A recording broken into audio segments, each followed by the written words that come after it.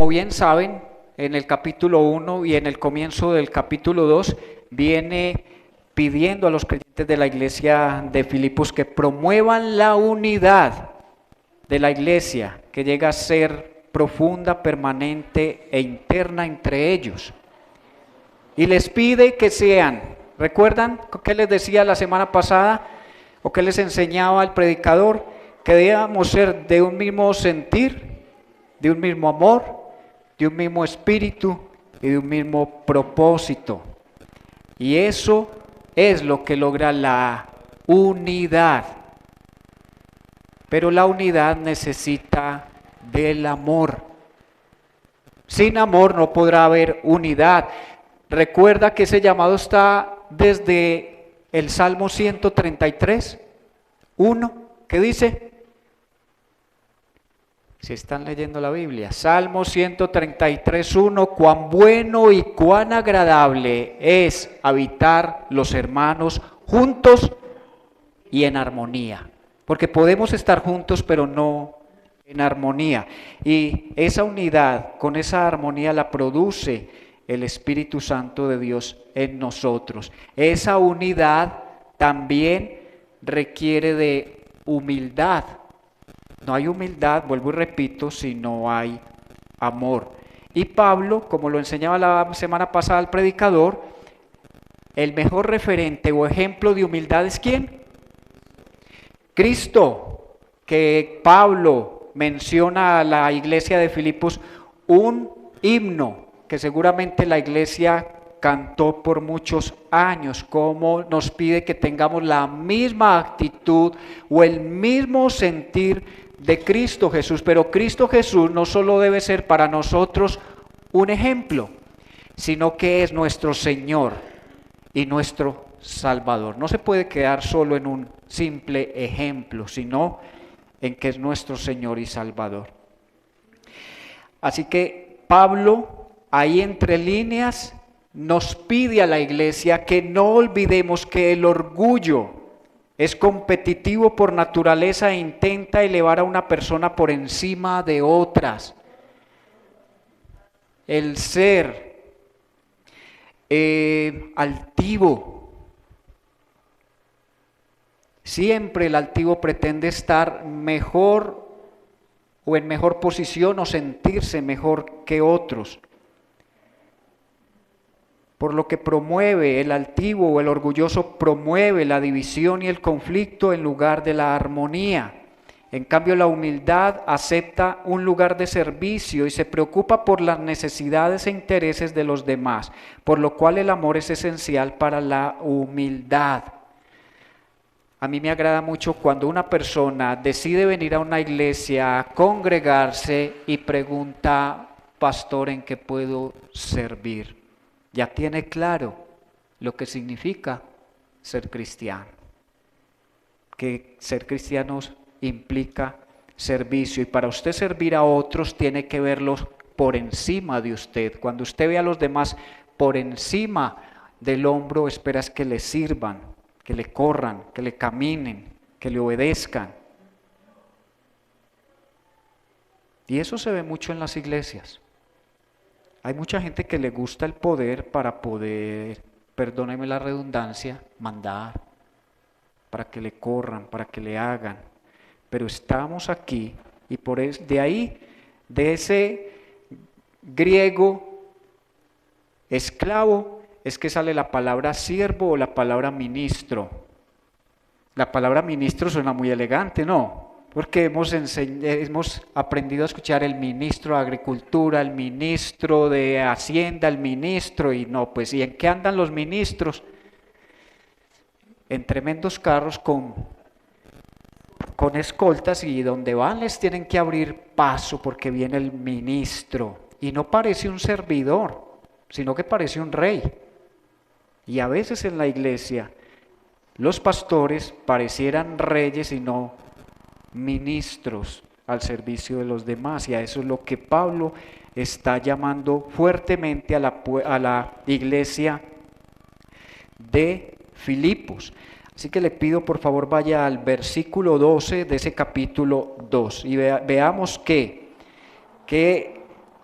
¿A qué está exhortando el apóstol Pablo a esta iglesia y que también tiene que ver con nosotros? Porque la palabra de Dios es relevante para toda cultura, para toda época. Y escribe el apóstol Pablo: así que, mis queridos hermanos, como han obedecido siempre, no solo en mi presencia, sino mucho más ahora en mi ausencia, porque recuerden que Pablo, ¿dónde está? En la cárcel. Lleven a cabo su salvación con temor y temblor, pues Dios es quien produce en ustedes tanto el querer como el hacer para que se cumpla su buena voluntad. Háganlo todos sin quejas ni contiendas, para que sean intachables y puros, hijos de Dios sin culpa en medio de una generación torcida y depravada. En ella ustedes brillan como estrellas en el mundo, manteniendo en alto la palabra de vida. Así en el día de Cristo me sentiré satisfecho de no haber corrido ni trabajado en vano. Y aunque mi vida fuera derramada sobre el sacrificio y servicio que proceden de su fe, me alegro y comparto con todos ustedes mi alegría. Así también ustedes alégrense y compartan su alegría conmigo. Vamos a guardar silencio por un momento y meditar en lo que acabamos de leer. Y volvamos esa lectura una oración, que es lo que conocemos, orar la palabra.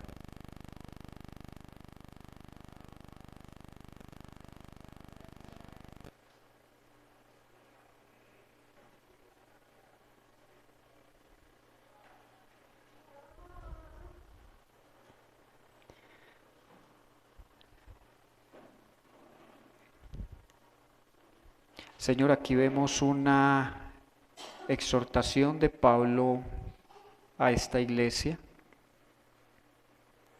de un llamado a la obediencia, al cuidar esa salvación con temor y temblor, pero reconociendo siempre que es Dios quien pone el querer como el hacer. Nos llama también a la unidad, a no andar con quejas, con contiendas, sino a ser intachables y puros, porque estamos en una generación torcida, perversa, depravada.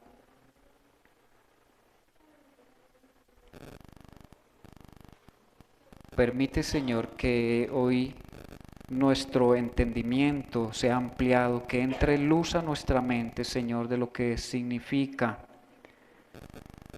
poder ser luminares o estrellas, como estrellas en el firmamento. Y que, como Pablo decía, que todo ese esfuerzo, dedicación, aún la vida sacrificada de tantos hombres y mujeres a través de la historia, no sea un trabajo y un esfuerzo en vano, sino que al día de hoy, a este 24 de septiembre de 2023, tu palabra en nuestras vidas siga dando fruto, que tu palabra siga corriendo, Señor, se siga propagando, se siga extendiendo hasta los rincones de este planeta, Señor. Oramos que así sea, Señor, en el nombre de Jesús. Amén. Entonces quiero empezar esta enseñanza teniendo presente eso, que es Dios quien pone el qué, el querer como el hacer. En esta perícopa notamos la intención de Pablo en animarlos a obedecer, no solo cuando él estaba presente, sino en la ausencia, porque él dice, si ustedes solo obedecen cuando yo estoy presente, entonces mi trabajo y mi carrera fueron en vano. No podemos formar pequeños religiosos, personas, hombres, mujeres, niños religiosos, es decir, que solo obedecen cuando tienen a alguien vigilándolos. No, Pablo espera que ellos ya hayan llegado a un momento de madurez cristiana donde usted obedece, así no haya nadie a su alrededor. Porque muchas veces como cristianos nos vamos a ciertos lugares y hacemos cosas que no quisiéramos que otros se enteraran y pensamos que el estarlos haciendo ahí a oscuras y apartados nadie se va a dar cuenta.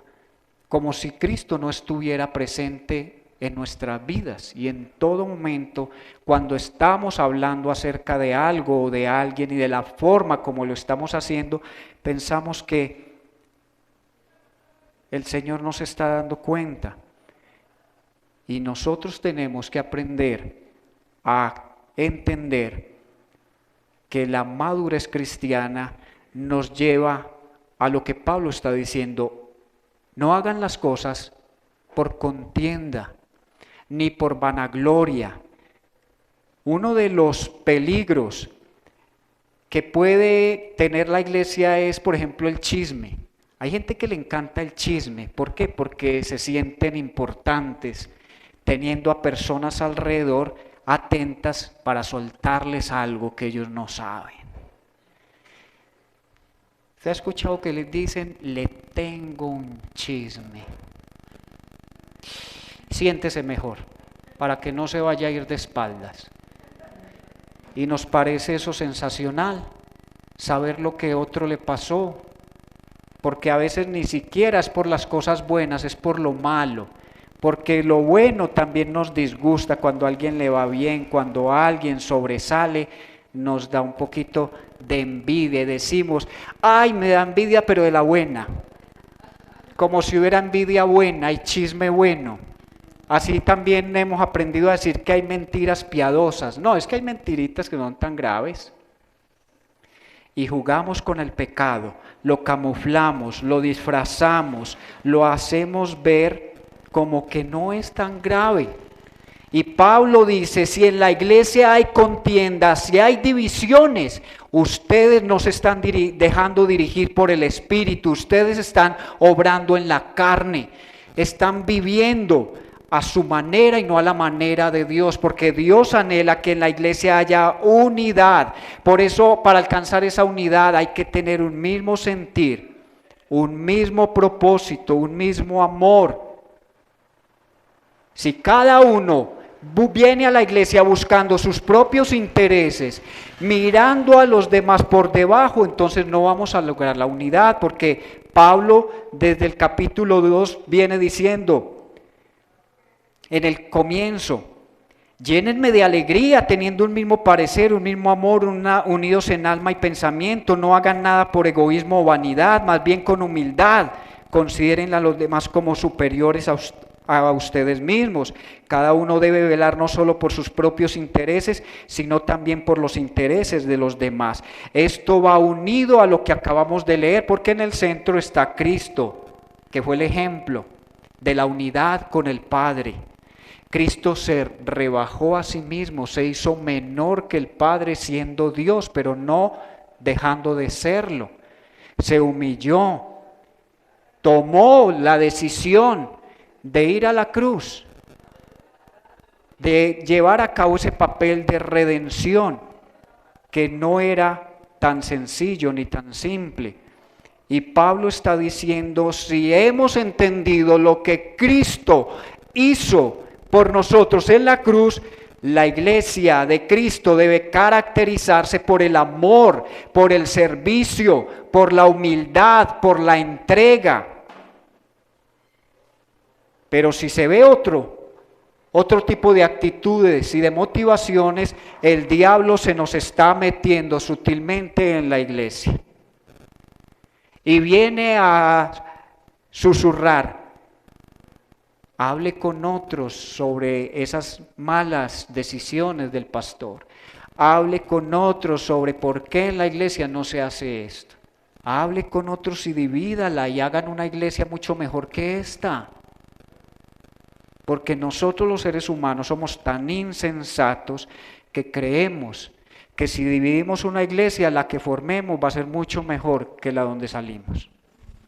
Y toda iglesia, desde que haya un ser humano metido en ella, ya tiene el riesgo de no cumplir las expectativas. Alguien me decía, si usted está buscando una iglesia perfecta, por favor no vaya para que no la dañe.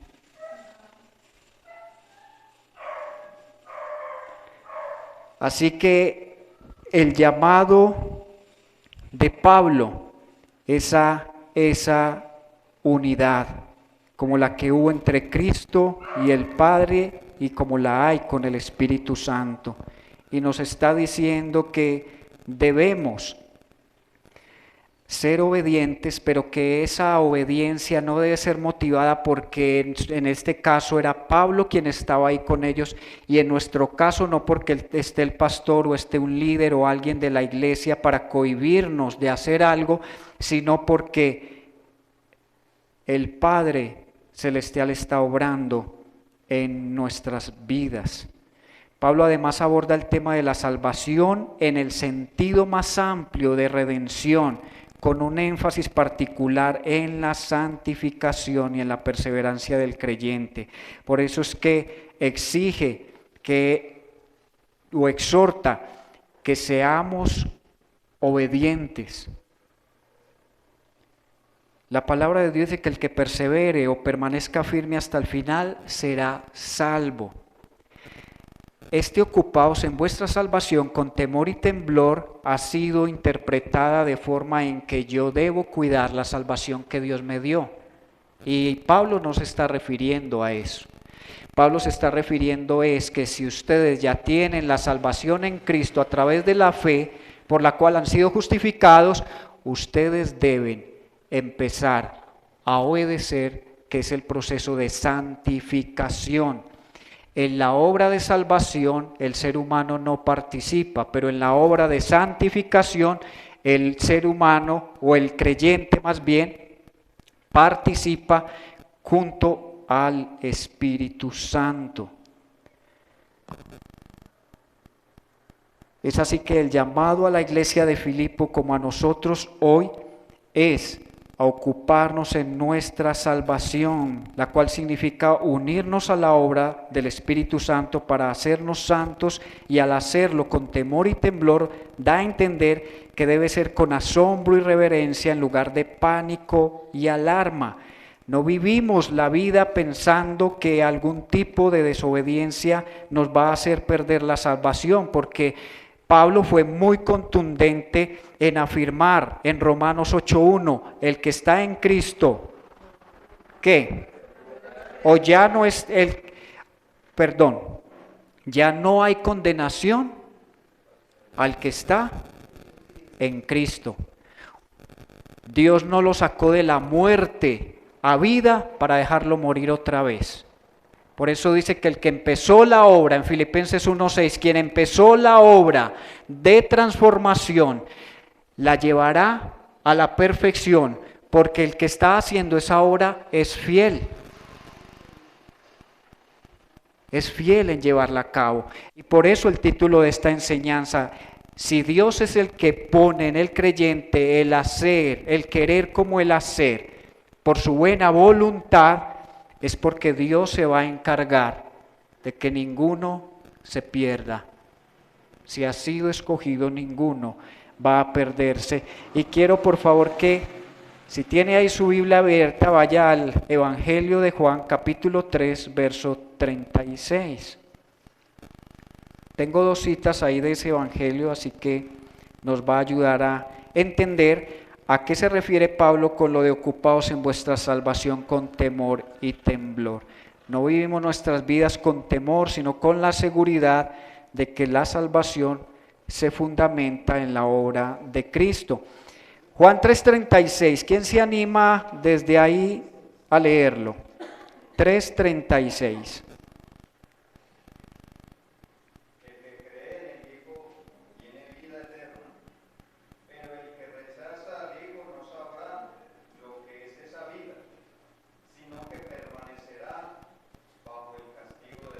Ajá, entonces hay el que cree y el que rechaza.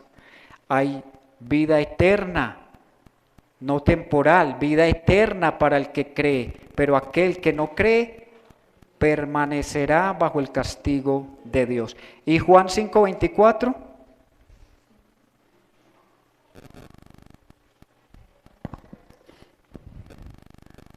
Y aproveche para que la subraye. Juan 5:24, ¿quién quiere leerlo, por favor?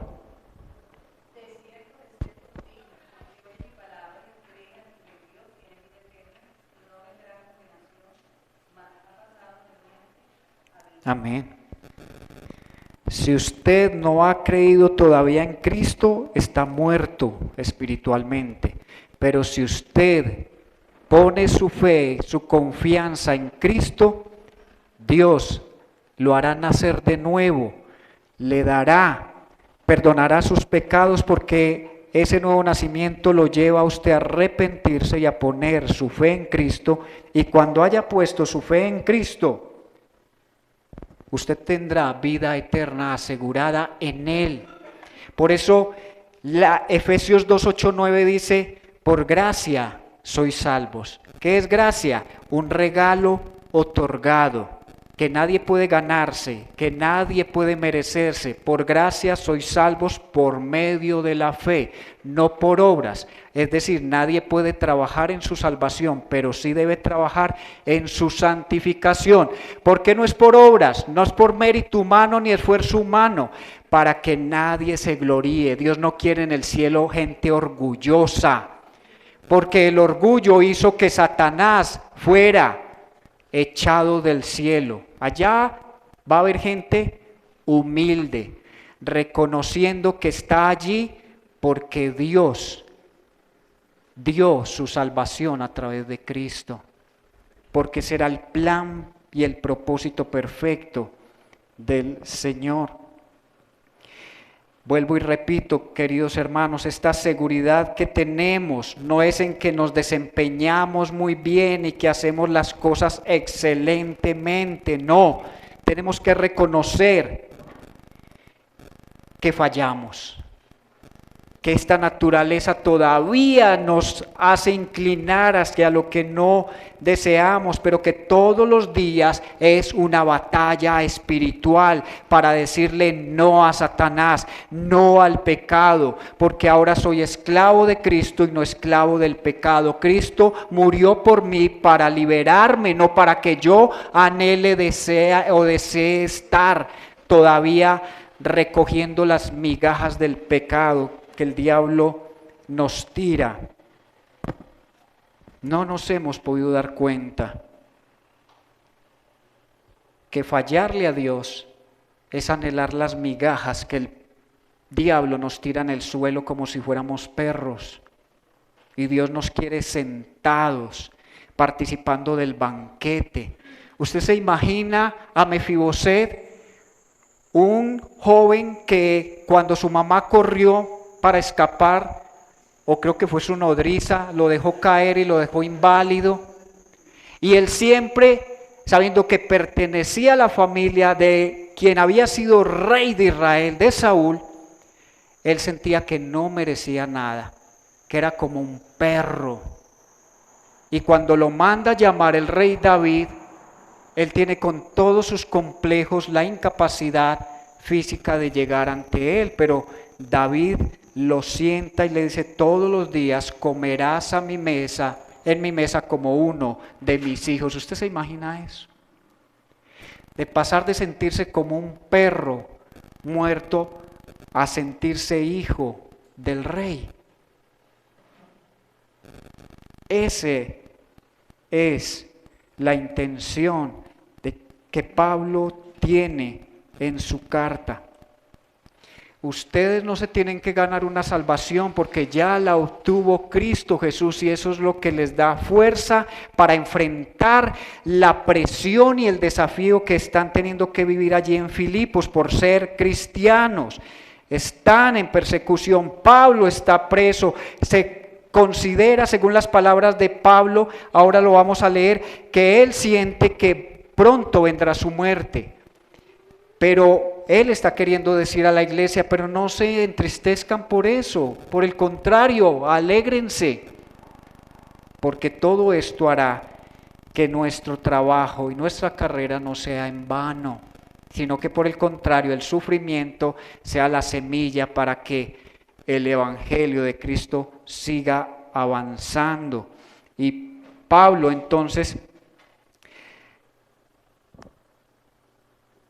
apela a que nuestra confianza debe estar en la fidelidad de Dios, pero comprendemos que el esfuerzo humano es no en cuanto a la salvación de la persona, sino en cuanto a la obra santificadora.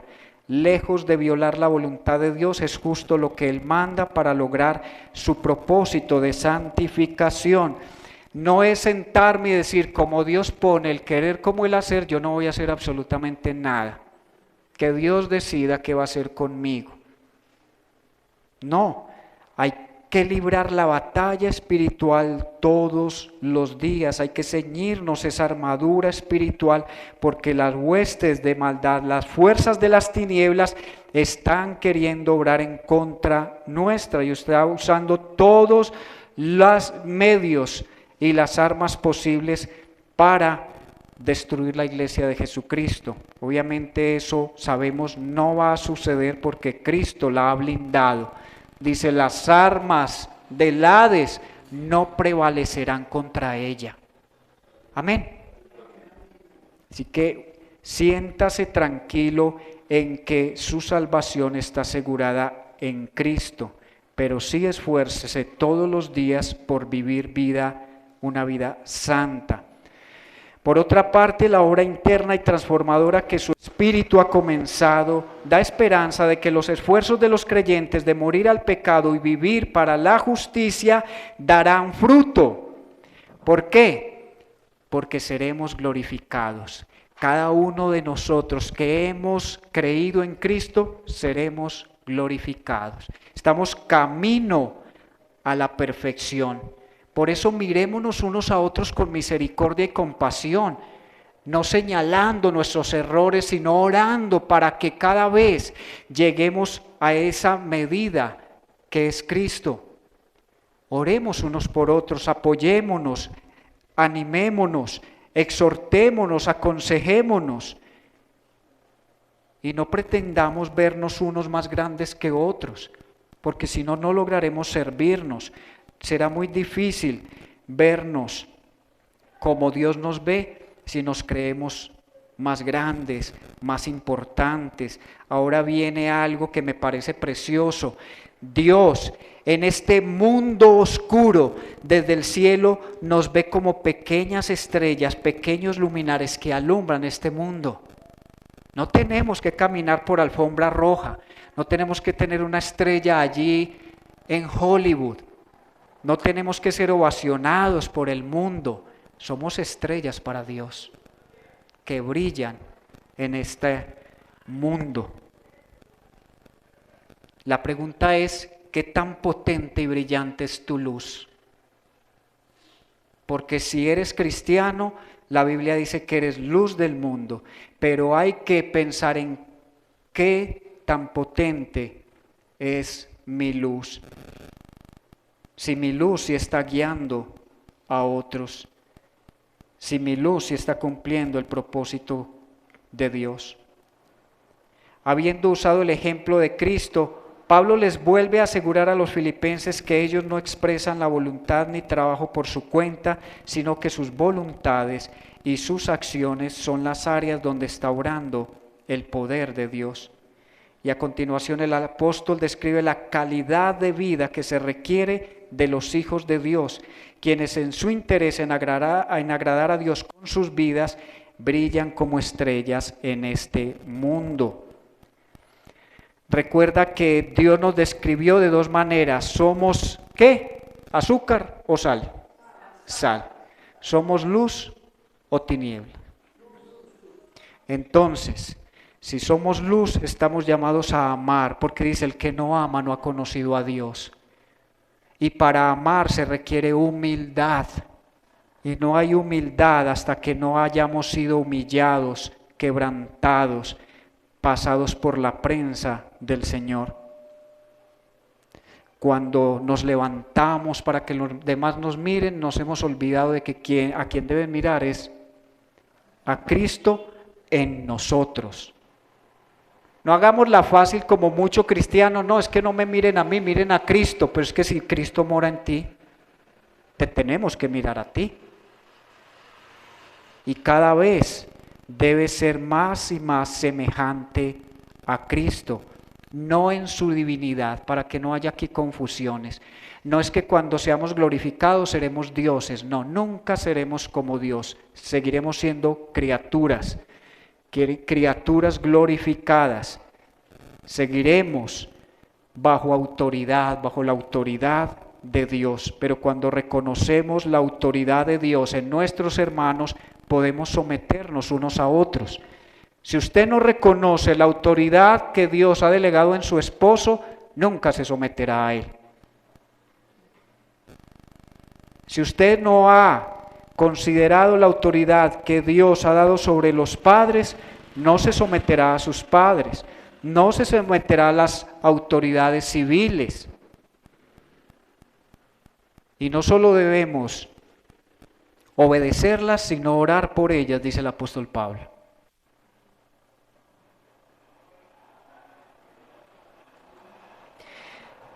Debemos hacer un marcado contraste, porque somos llamados luminares del mundo para brillarle ¿a quién?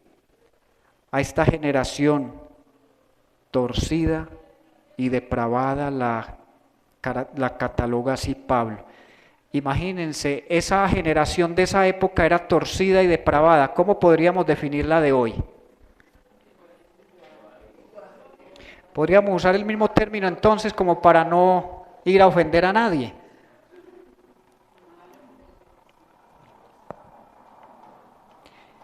Pero nosotros, con nuestra vida en santidad, servimos de ejemplo, ofrecemos esperanza, ya que la luz se utiliza para hacer las cosas evidentes, se utiliza para guiar, se utiliza para advertir, se utiliza para traer ánimo, se utiliza para hacer las cosas seguras. La gente, la sociedad de hoy está confundida, no sabe qué decidir, hacia dónde va. ¿Por qué? Porque han considerado que la verdad es relativa. Si consideraran que la verdad es absoluta y que la verdad es Cristo, tendría más claridad. Y nosotros tenemos que hacer ese trabajo. A muchos no les gusta que les hablemos de Dios. Se ofenden. Pero no se preocupe por eso. La gente ofende todos los días a Dios y no le preocupa eso.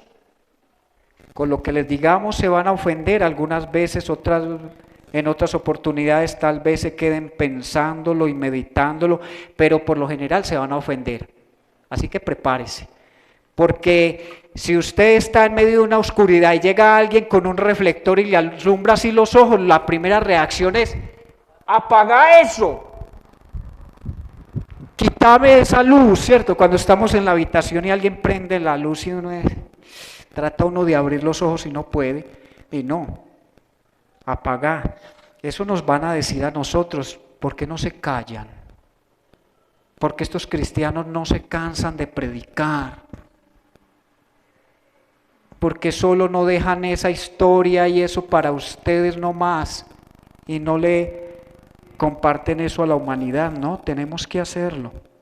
Nos ha sido impuesta carga. Es decir, si no hablamos de Cristo nos reventamos. Así que yo prefiero hablar. Es mejor eso que al chisme. Ay, no, vení, yo cuento este chisme antes de que me salgan letreros por los oídos. No, en lugar de ir a contar chismes, más bien predique el evangelio, que sí es algo real, no ficticio, que no es una especulación, es algo contundente, verídico. ¿Y cómo llegamos a ser luminares? Según Pablo, cuando mantenemos en alto la palabra de vida, es decir, el evangelio, como una declaración de la importancia salvífica de la muerte y resurrección de Jesús y las enseñanzas éticas que promueven la vida, las cuales se fundamentan en la obra salvífica de Cristo. Si entendemos lo que Cristo ha hecho por nosotros, vamos a procurar hacer de nuestras iglesias y de nuestra sociedad algo ideal para el resto del mundo. ¿Qué es lo que la gente quiere? Respeto, amor, comprensión, atención, misericordia, compasión, una cantidad de cosas que la iglesia debería mostrar cómo una sociedad a pequeña escala vive de una manera diferente a como está acostumbrado todo el mundo a vivir. No, es que la vida sin chismes, la vida sin crítica, la vida sin pelea, sin deseos de venganza, sin odio, sin falta de perdón, eso no es vida.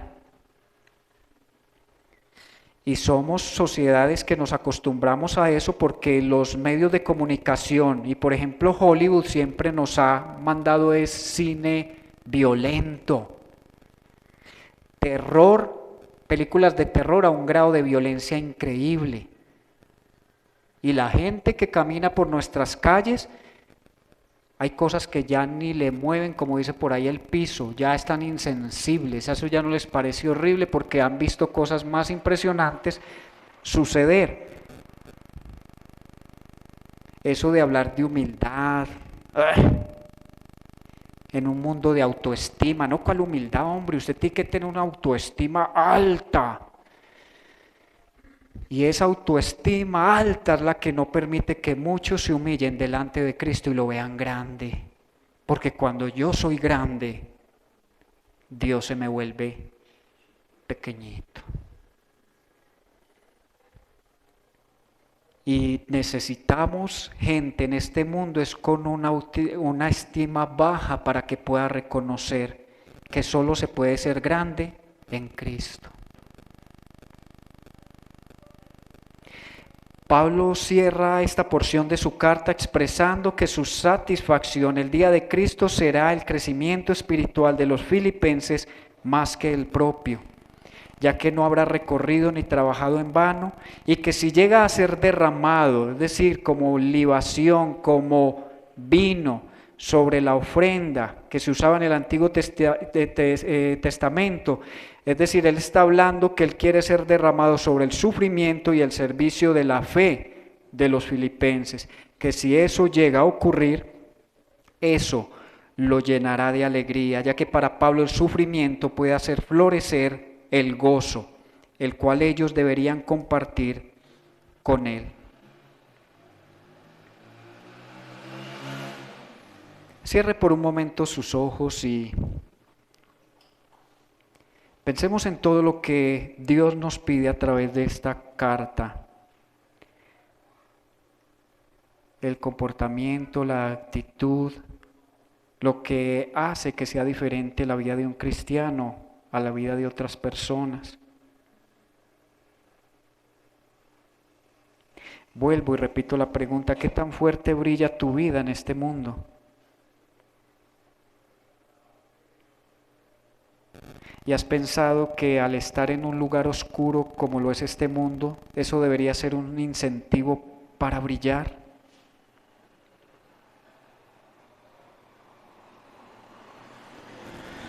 Apreciados hermanos, lo que nos hace brillar más fuerte es tener el mismo sentir que hubo en Cristo Jesús. Vivimos en medio de una sociedad que demanda derechos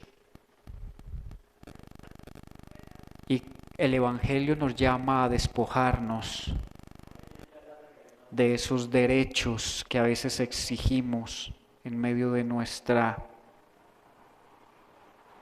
carnalidad. No quiere decir que exigirlos esté mal, pero pensamos más en derechos que en deberes. Nos gusta pensar más en qué recibiremos que en los sacrificios que tenemos que hacer para agradar a Dios.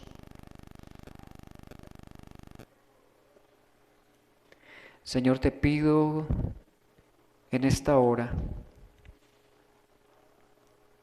que nuestra obediencia sea la motivación todos los días para estar con vida, Señor. Obediencia a tu palabra. Que todos los días vivamos para tus propósitos, para tus anhelos y para tus deseos, Señor, no para los nuestros. Porque las quejas, las murmuraciones, las críticas, el desgano o el desaliento o la apatía en cuanto a lo espiritual, muchas veces viene de expectativas falsas, de esperar más de lo que Dios ha prometido darnos. Y el propósito de Dios no es hacernos felices ni crearnos un lugar tranquilo y seguro. No, el propósito de Dios es hacernos como Él, en su naturaleza santa. Sean santos, porque yo soy santo. Y sin santidad nadie podrá verme.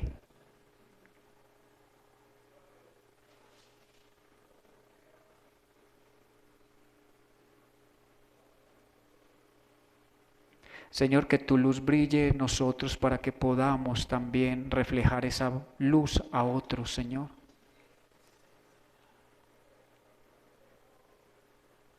Quebrántanos, humíllanos, trata con nosotros, Señor. Haz que nuestras voluntades se rindan cada vez más a ti.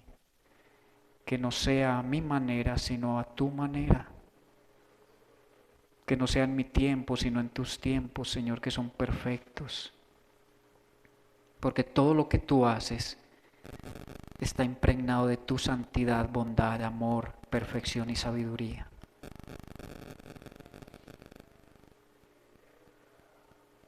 Gracias damos, Señor, glorioso, porque nos llama, Señor, a apreciar que tú te despojaste por amor a nosotros. ¿Qué tanto estamos dispuestos a despojarnos de nuestros derechos, deseos, anhelos, sueños, para servir a otros, para amar a otros, para ayudar a otros?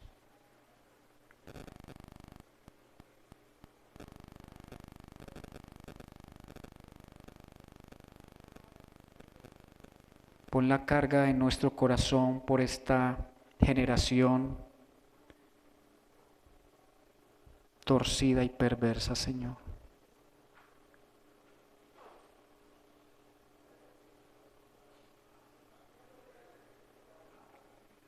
Y que en lugar de anhelar estar allá,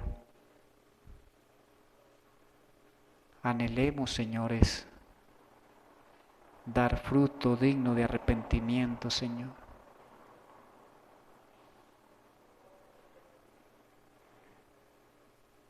Que marquemos la diferencia teniendo convicciones y posiciones radicales, Señor, frente a la maldad.